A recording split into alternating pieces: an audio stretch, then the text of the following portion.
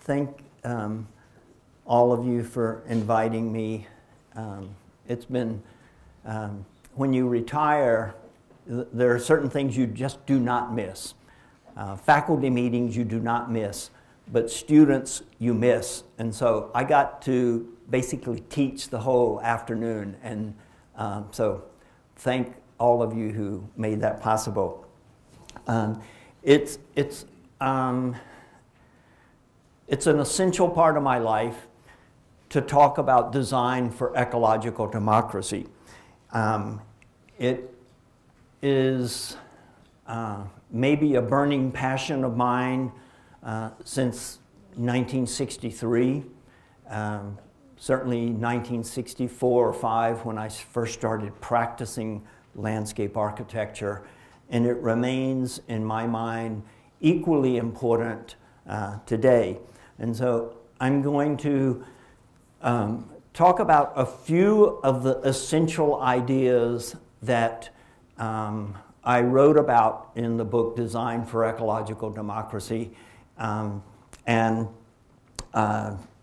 there'll just be a few of the themes, and I will talk about both democracy and ecology, and how I think that in concert, if we actually created an ecological democracy, we would have a dramatically different society.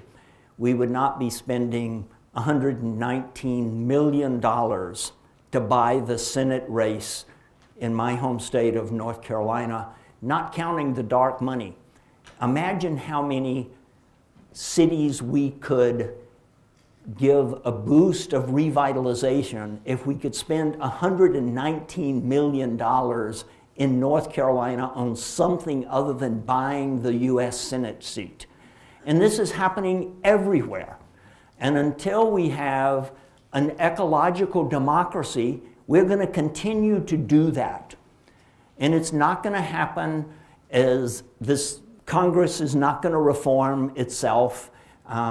Corporations are not going to suddenly, from the top down, gain social responsibility. It is going to be dependent upon thousands of us as designers, architects, city planners, environmental planners, landscape architects. Thousands of us changing the way we practice and changing the world one little piece at a time. And you may say, well, that's far too optimistic.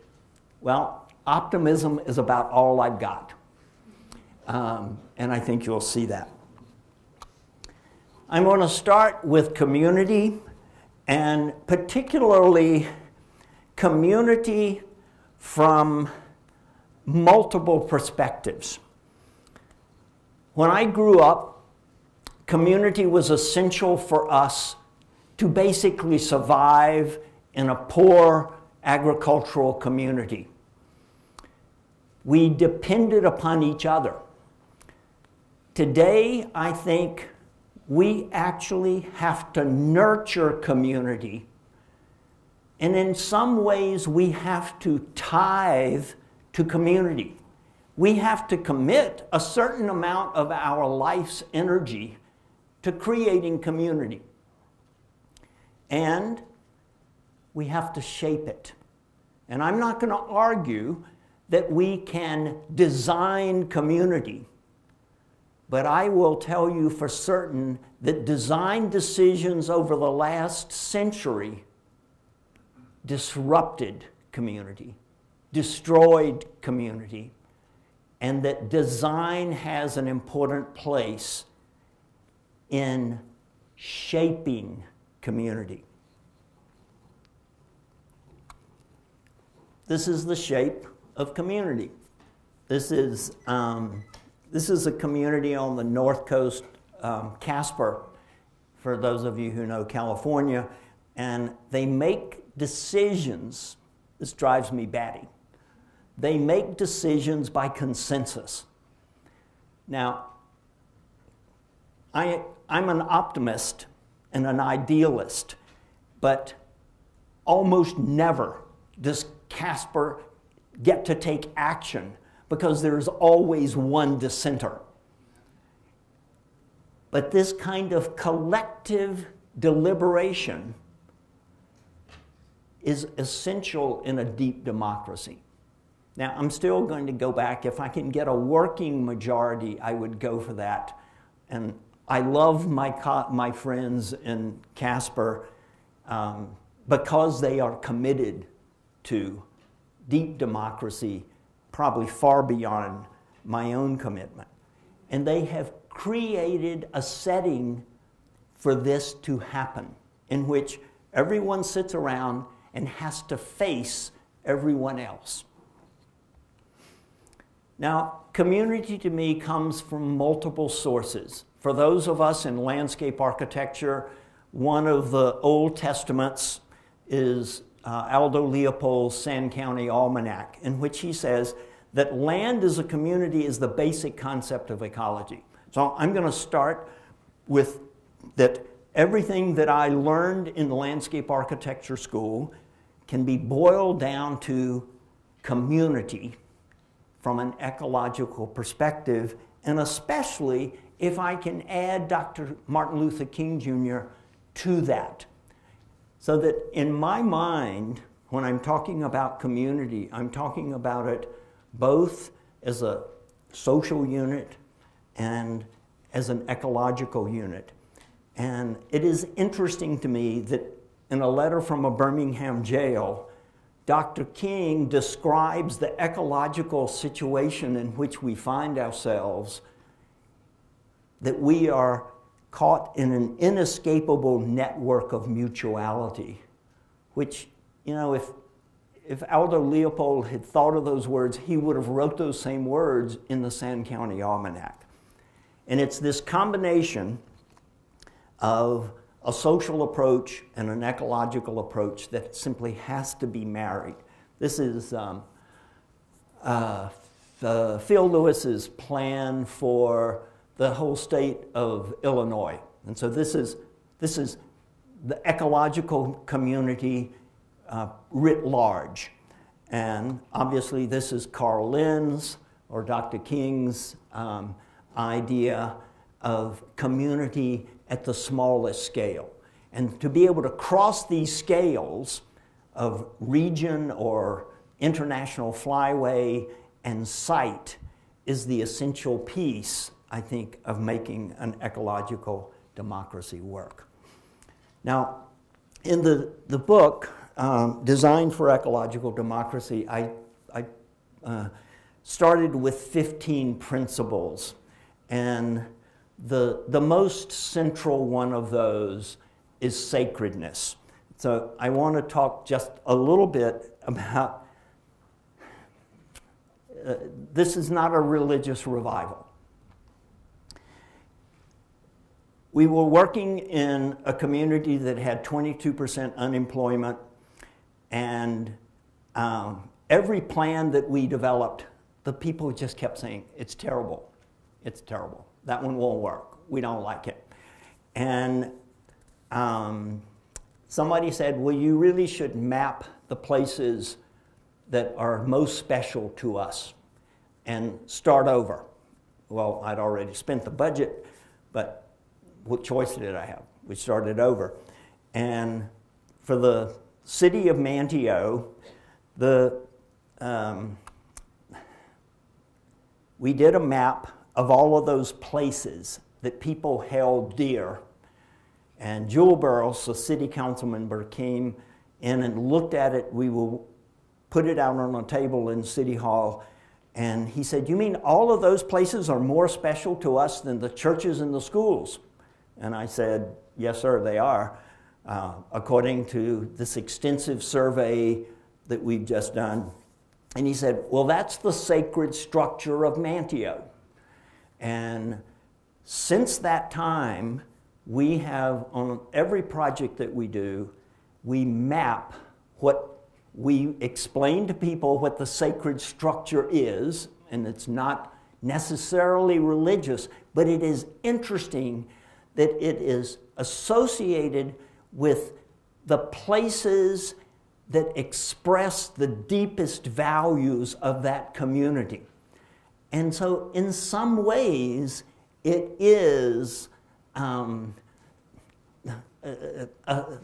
sacred in a sense that's not very much different than sacredness when we talk about it in an anthropological or a religious context. So in Manteo, the sacred structure, as Jules Burst called it, was the inspiration for what should be preserved and how the community should reshape itself in a new future. And we didn't know it then, but in every place that we have mapped the sacred structure now since 1980, the sacred structure has been defined by a center of community life, and in many cases multiple centers, a natural boundary, and a highway is not a natural boundary. And so you see here in Manteo both the center of community life across the water and the wetland that formed the natural boundary, and almost always idiosyncratic patterns of architecture and landscape that maybe not completely unique to that place, but define that place in people's own minds.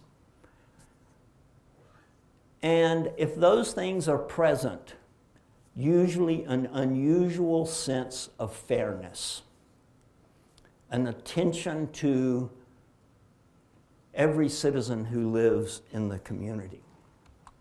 Now, the way we ended up mapping these sacred places was people would tell us daily patterns that were essential. And this one was an essential one. This is teenagers hanging out at the docks.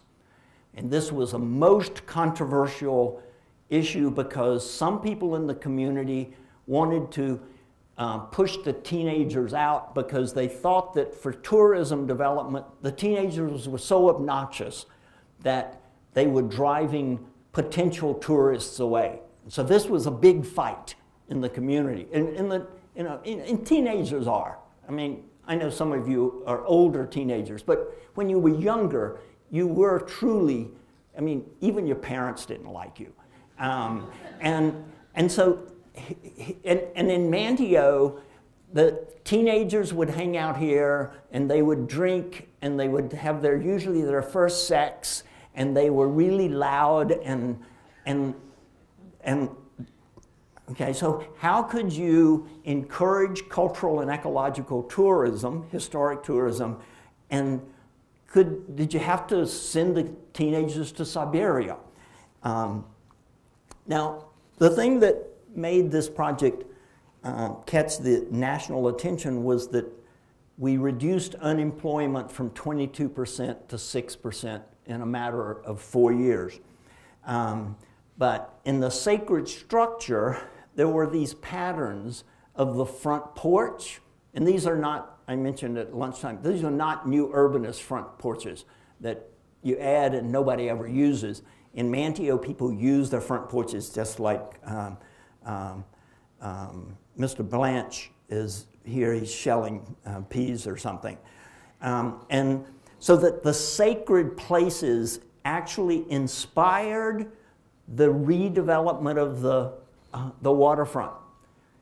We decided that it should be designed like a front porch, and that people shouldn't feel like they had to spend money to come.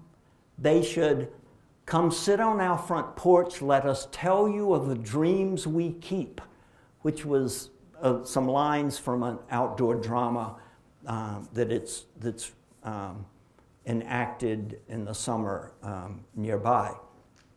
So that the sacred structure told us what to preserve and also inspired the new plan. And to me, the coolest part is we were able to design places for the teenagers to continue hanging out, doing all the things they always did right in the center, in exactly the places that they wanted to, by creating other places where their parents and visitors could inhabit. Now, one of the things, of course, teenagers, this is a new bridge that goes over to the main parking and the main visitor facilities. And of course it says no swimming, no diving, no jumping from the bridge, and you can see the teenagers have inhabited that in the most delightful way. The next theme to me is nature. And I don't think I thought much about nature until we started working in Los Angeles. Nature had always been everywhere around me. I sort of took it for granted. It was free recreation if you grew up on a farm. But when we started working in 1985 in Los Angeles, I began to realize how precious nature was and how precious it was to every segment of every population in Los Angeles. This is your dear aunt. She was younger when we first started working in Los Angeles. And Los Angeles is an extraordinarily artificial world in which people are just dramatically separated from nature. Nature in Los Angeles is pretty scary. Anytime you live in a place that you shouldn't be living, nature is pretty scary. And when we first started on working on projects in Los Angeles, they were fairly small parcels that the Santa Monica Mountains Conservancy was trying to aggregate. And this was one of the early ones. This is Runyon Canyon. And we pretty soon realized we were indeed shaping the city. And over going from this site scale to the scale of the whole region. This is, the white here is Los Angeles, and the upper part of the white is the San Fernando Valley. Anybody from Long Beach is down here sort of in the middle, and then out here is Santa Catalina, the island that people always told us that on a clear day, you could see all the way out to the island. And pretty soon I realized that on a clear day I could possibly see down to Hollywood Boulevard, which was like 100 yards away. But since 1985, working with the Santa Monica Mountains Conservancy, we have put together a green belt that largely encircles the whole city of Los Angeles and in other cities going into Ventura County as well. 640,000 acres of contiguous nature and open space and ecosystem that allows the mountain lion direct access from Hollywood Boulevard and Griffith Park all the way to the surrounding mountains.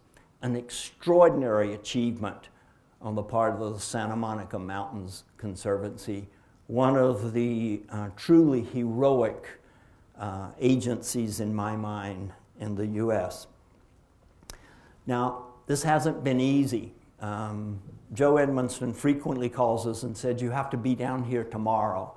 And one of the times he called us was the day after a freeway engine, the machines had been sabotaged by Earth First, and it was a freeway called Reseda to the Sea that the grading had already been done for the westbound lanes, and the the environmental activists had chained themselves to the bulldozers to stop the construction, and he had just acquired some land that we were going to do the park, another piece of the park for. So this diagrammatically shows the existing freeway. This is the 405, and this red swath that runs up and down here was the new freeway receded to the sea, which the city council thought they had removed from the freeway plan 20 years ago.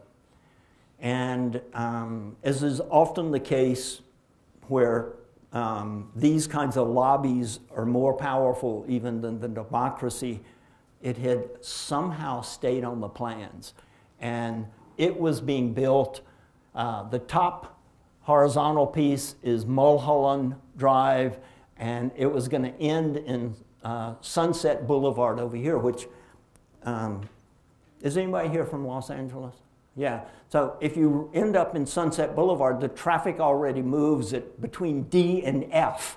And so our transportation consultant said, well, if you build this freeway that parallels the 405, it's going to be the world's most expensive parking lot, because you simply are not going to be able to move when you get to Sunset Boulevard. So here we are confronted with a freeway that's probably not going to work, that 20 years earlier people had realized it probably wasn't going to work, and it's under construction. And Earth First has tied themselves. And this shows the red here is the mountain that had already been bulldozed down. Millions of cubic yards of earth had been bulldozed down and taken away. Some of it filled valleys adjacent to the land that Joe Edmonston had just purchased. Now, it turns out from the wildlife scientists at Davis that this was a critical wildlife corridor. And Joe Edmonston, for many years, has had a goal that every child in Los Angeles should have an equal opportunity to be eaten by a mountain lion. Now, he doesn't typically say that in public, but the concept of this is really important. We should have the opportunity to be eaten by mountain lion. We should. Now, I don't want to be, and especially as a runner, I know I've been stalked by mountain lions, and it's pretty creepy. But that idea is essential for us, I think, as human beings. So at this point, this is 1990-something, we've been working on the Greenway for a time. We realized this was an essential piece of the corridor for the mountain lion, and that it was probably a freeway that should not be built. And the wildlife scientists showed us exactly what the impacts, with the best science I think that was available at the time, what was likely to happen. There were going to be these islands, and many of those would basically create local extinctions of not just the mountain lion, but other species as well. So we stopped that freeway. My partner and Caitlin's aunt, Marcia, was there as when the bulldozers were starting the second part, and they called the press. She called the press. And that led a local legislator to stopping. He passed a bill, AB 1152, which in the state legislature was eventually passed and stopped this freeway. It was an unbelievably courageous act in Los Angeles because nobody had ever voted to stop a freeway.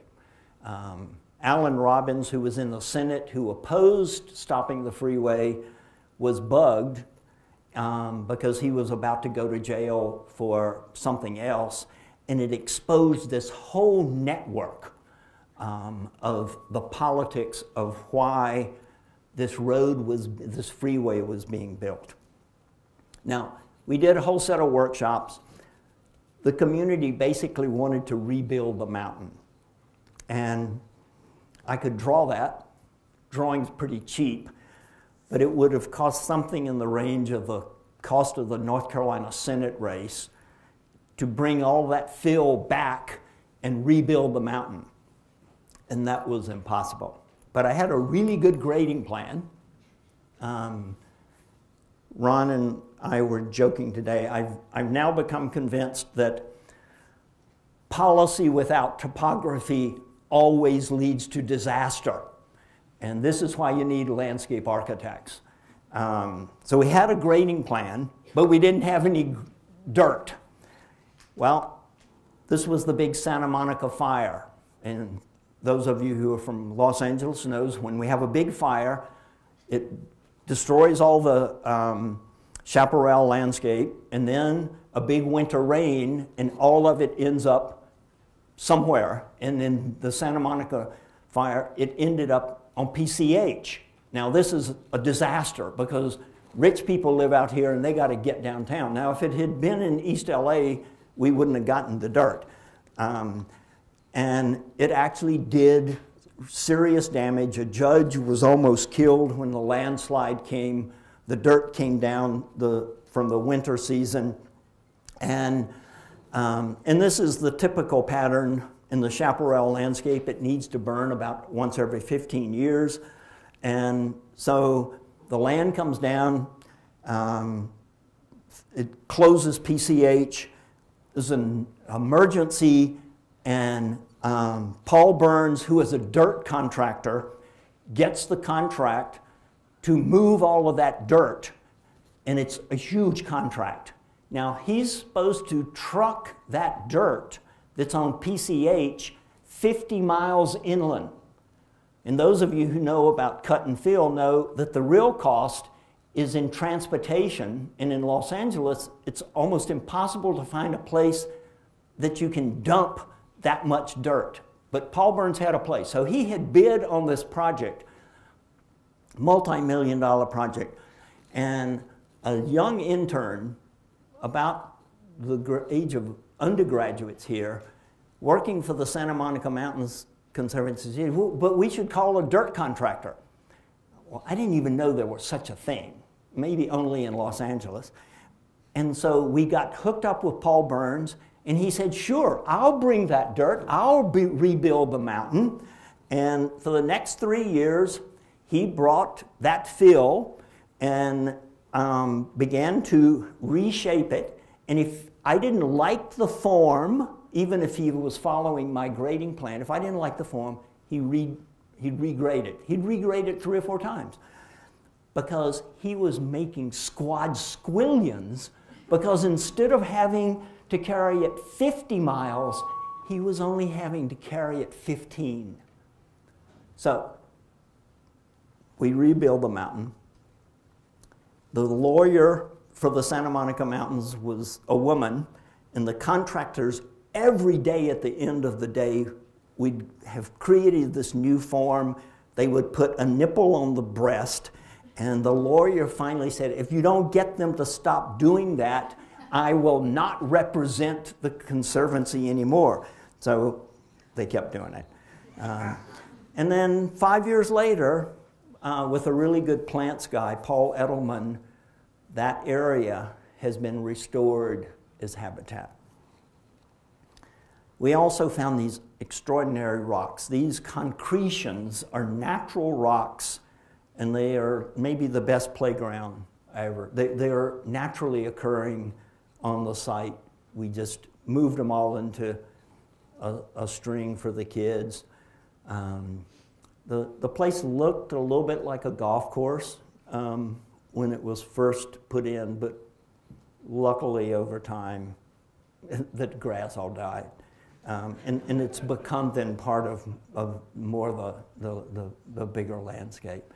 And they're within access of that Gateway Park, really great places to hike or for environmental education, particularly for kids from the San Fernando Valley, which is no longer Leave It to Beaver, and certainly for the mountain lion. And we've created some other really cool gateway parks. This is the Nike missile site that the students saw this morning. This is where if the Russians had bombed us, we would have shot rockets up to intercept. I mean, only the gray-headed ones of us in here even believe that this is not where they make, this is a Nike missile base. And the young people always think that it's where they make running shoes.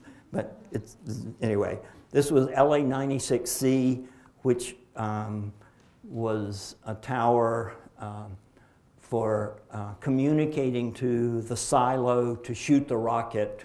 You know, we never did shoot any Russian planes out of the sky, but and this is getting close to the working drawings, and this is, to me, one of the best things about this is how we made this into a wildlife viewing area, and still kept it largely handicapped accessible.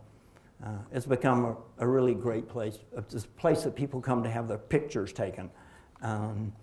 And it's the only park I've ever designed that we used razor wire and concertina, because it literally, the soldiers who were stationed here during the Cold War said that we felt like we were in a zoo, locked in, and there were wild things all around us.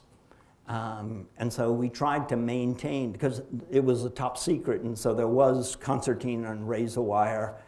This is my favorite part. This is one of the entrances into the park. You don't frequently, as a landscape architect, get to design with concertina wire. And then there are pieces that lead from that greenway all the way out to the ocean. And then more recently, a series of nature parks that we have created in south central Los Angeles, largely with the city councilwoman Rita Walters, that are totally fabricated nature, using as small amount of water as possible. These kids, this is a largely dry arroyo that when there is water and wind, it pumps the water and creates the wash. These kids are smashing frogs. And for most landscape architects, there was a period in our lives that we smashed either frogs or we killed really beautiful butterflies or something, and I think that it's an essential part of our landscape architectural DNA. Now, a thing that, to me, I've learned in Los Angeles that I think is really essential to an ecological democracy is that almost everyone is concerned abstractly about ecology, but unless it is coupled with their experience of nature, it doesn't really change their behavior. And this idea that we may know the principles of conservation biology, but unless we actually are able to experience them sensually, we typically don't act on them. Nor do we combine ecology and democracy until we realize that what seems like mutually exclusive oppositions are actually essential partners, until we are able to, as scientists, accept both what we think of as real science and phenomenological science, and realize that the sun both sets and never sets. These are things that I think are essential for us in working with real people and creating an ecological democracy. And obviously, it is essential for us to have top-down support, but largely for bottom-up action. And for us to realize that what seems to be mutually exclusive oppositions can actually be maximized. The tendency today is to either operate at the neighborhood level or the regional level, or to work with passion or compassion, to work in the near or the distant. And I believe that it is essential for us to work at each of these oppositions simultaneously, and not to mush them together or to compromise them, but to try to maximize them at these, what we think of as polar ends. I want to talk just a little bit about the exercise of power. In the United States today, in most schools, we are taught to be nice. And if we're really nice, we'll get a really good job. We may be able to move to Scottsdale. We will live a really comfortable life, and things will be just perfect.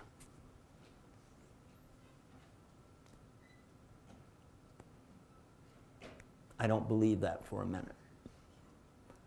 And I think that we have to realize that there are some things that are worth fighting for, and we have to develop the courage as designers to fight for those things. Now, Dr. King said that before there's confrontation, you have to see if you can work it out. But if you can't, there is a perfectly acceptable alternative action.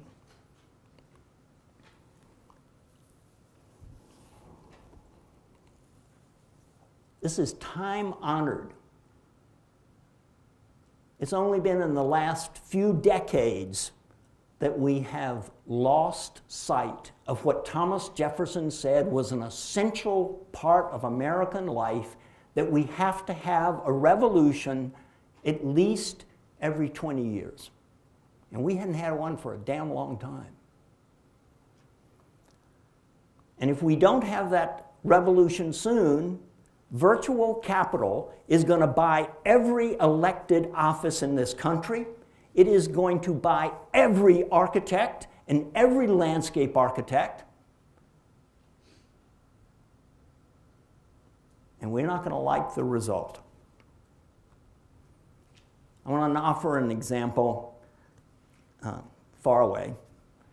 It's the East Asian Australasian Flyway, and it is basically the flyway that's essential for the most endangered of all spoonbill birds, a project we've been working on since 1997. It happens, it's lucky for this bird and the whole ecosystem and a lot of fishermen that this bird is extraordinarily photogenic. In Taiwan, it's called Heimin Pelu. It's the black-faced dancer. And it inhabits an area that happens in Taiwan to be one of the richest fisheries in all of Asia. This lagoon, Chigu Lagoon, supports 17,000 jobs in fishing, and the federal government, in conjunction with a virtual capital corporation, was going to fill the whole lagoon and create an industrial complex. And the fishermen asked us to evaluate the impact of this petrochemical plastic steel factory, multiple function factory, on their fisheries. And we found out that the industry was promising 30,000 jobs, and the orange line here is the fishery job, is the industrial jobs promised by the Binan industrial complex.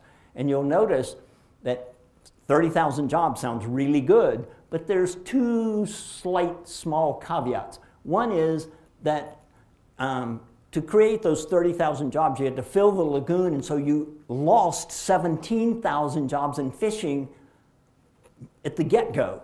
So we're not starting with 30,000 new jobs. We're starting with 30,000 minus 17. And if you then look, you realize it peaks in about 5 years, and then the orange line starts declining. And by today, there would only be about 1,000 people employed. It would all be tech, right? And none of those jobs will be local jobs. But the alternative plan that Jeff Howe and others developed is the green line of a new alternative that we put forward on behalf of the fishermen. The fishermen did all the protesting. The fishermen helped us understand the local politics, and National Taiwan University did the power map. This is a power map. You should always draw a power map. Every project you do, you should make a power map. And it may shift because you may not be very smart about it at the beginning. And with that power map, we then started operating, putting pressure on both the national government and trying to change the local Congress. And on this, we would have congressional hearings that were clearly from the top down. This is Malcolm Coulter, the gray-headed Dennis the Menace, who is the world's expert on spoonbills. He was the co-chair of the IUCN Committee on Storks, Ibis, and Spoonbills, and he became, he was the informant to our work. At the other end, this man in the gray hair and the white shirt is Uncle Gaong, a local fisherman, and he was one of these people with extraordinary native wisdom. And the combination of what Dr. Coulter knew and what Uncle Gaong knew is what basically saved that lagoon from being developed. The scientist hired by the government said, the spoonbills never live in anything here except this little green spot here. If you see just above it, Uncle Gaong said, I've been fishing and I have seen that bird in all of those places in green. Now, it turns out that the scientist, the ornithologist who said this, I'm sure they were bought by the government and the corporation. It's a perfectly good way to make a living. And they only looked at spoonbills during the daytime. And Uncle Gaong fished early morning into evening. The spoonbills sleep in the day and forage at dawn and dusk and night. Uncle Gaong's map, combined with Dr. Coulter's map, was 99% accurate. Over the next 10 years, we did a lot of field surveying, and this was just dead wrong, either by intention or stupid science, and the natively wisdom person combined with the abstracted ecological knowledge combined, they were just dead on right. And that then led to the alternative plan in which we said all of this wetland, this coastal wetland of Tainan County simply cannot support heavy industry. It should be moved back to Highway 17, and the brown is where both Tainan City's growth would be and these new clusters of different kinds of industry. Outside of the wetland zone would be more focused fishing, etc. And it was, a part of this was going to be new eco and cultural tourism. The fishermen were immediately entrepreneurial. And so I would fish during the prime fishing season, and I would start taking tourists out on my fishing boat. And so suddenly I had two incomes that were basically doubling my family's livelihood. And this basically is the idea that we, as designers, have to find the trash products, and we have to find those things that historically have been thrown away or waste, like fish heads and tails and bones, and we have to figure out a way to use those, because some corporation has already figured that you can cut the fillets out and sell them to people in New York. This is a really good example. The Congressman Sue was elected the mayor of Tainan County and was completely supportive of our alternative plan, but he didn't actually know what to do with certain places. So this is the working drawings. On the top is the working drawings for this salt complex, reusing this salt. This was, at the top is an abandoned salt field, and that white mound that looks like a snow peak is actually a pile of salt. And it has now been turned into sort of like Taiwan's equivalent of a ski resort, except, you know, it's 90 degrees and you're sliding down the mountain on your butt, and it has become one of the most popular tourist spots. And it's basically just a fish head being reused, as opposed to Mayor Sue's first response was, well, we got to get rid of that. Anyway, it's a good example of fish heads. Over time, we have actually mapped the geometries of the spoonbill by working with ornithologists, and we can now say with some certainty that the scare distance or the safety distance for a spoonbill requires water from 4 to 20 centimeters deep that's at least 1,500 meters a mile square, and it's better if it has some protected areas around it, some deep water, so that dogs and other predators aren't likely to get the birds when they're sleeping. This is the Malcolm Coulter could tell us this, but he had never drawn it. And the old thing that landscape architects draw nice trees. We should never be offended by that. The fact that we can draw it all is better than these ornithologists. And that led us to creating a whole series of stepping stone habitats based on conservation biology that we've negotiated with the government to create more habitat for the spoonbill. The spoonbill population has gone from less than 200 to almost 3,000. Still not sustainable, but getting much, much closer.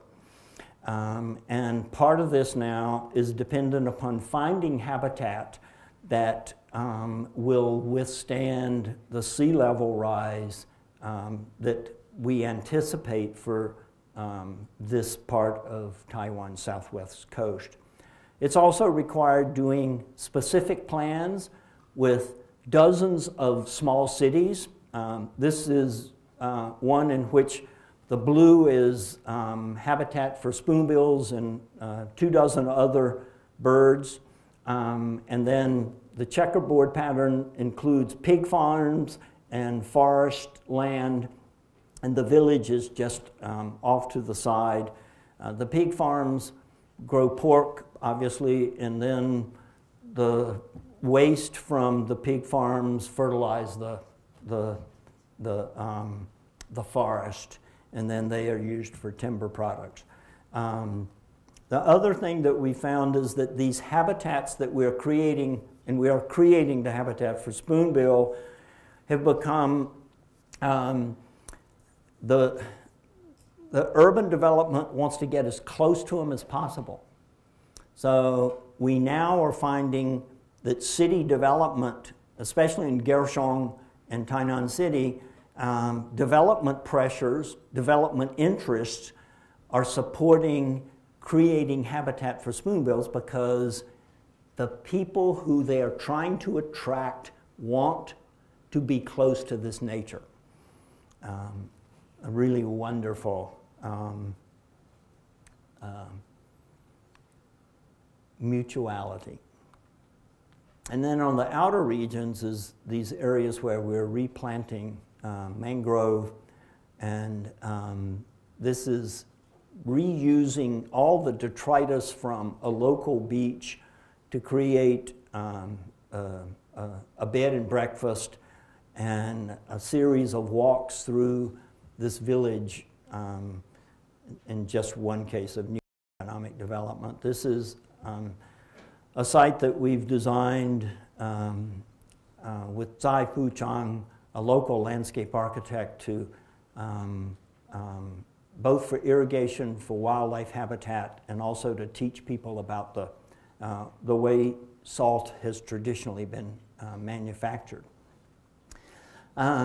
So we are hopeful that we'll be able to create enough habitat, not just in Taiwan, but in mainland China, in South Korea, Japan, that this bird will not go extinct, and that the fisher people associated with it will be able to maintain their culture.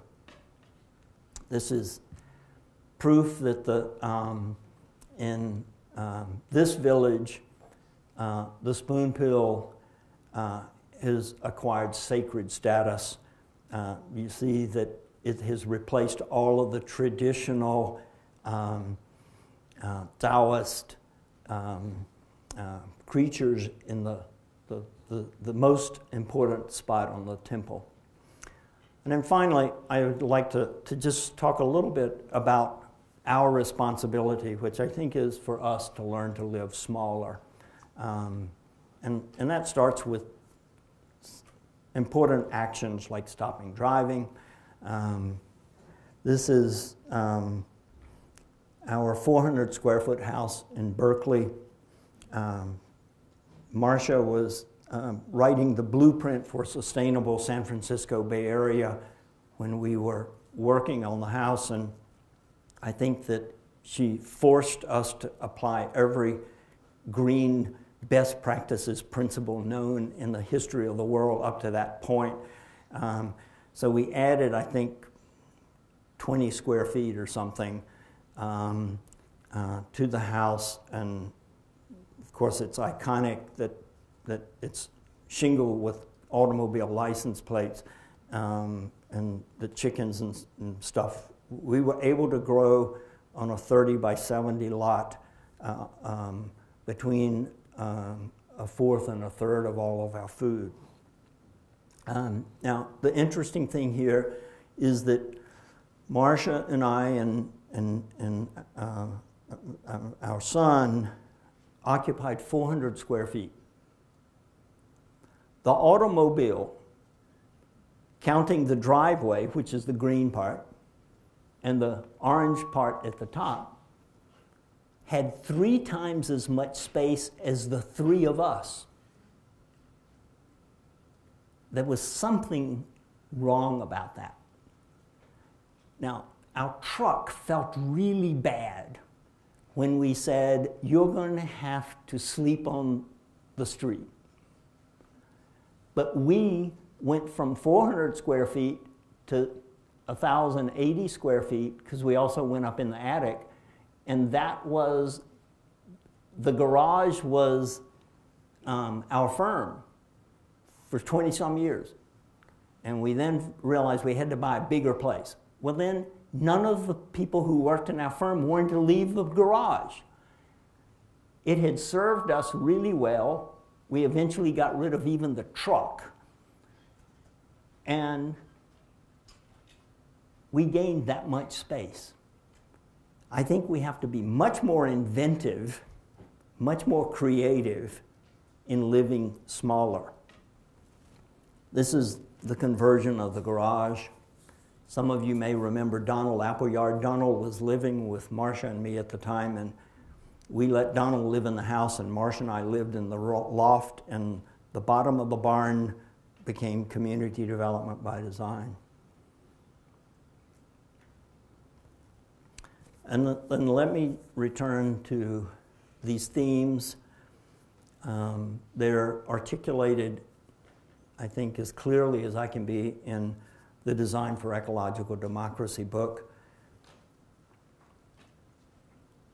And I would say that to me, understanding these connections between all of these different ideas of density and smallness and limited extent and naturalness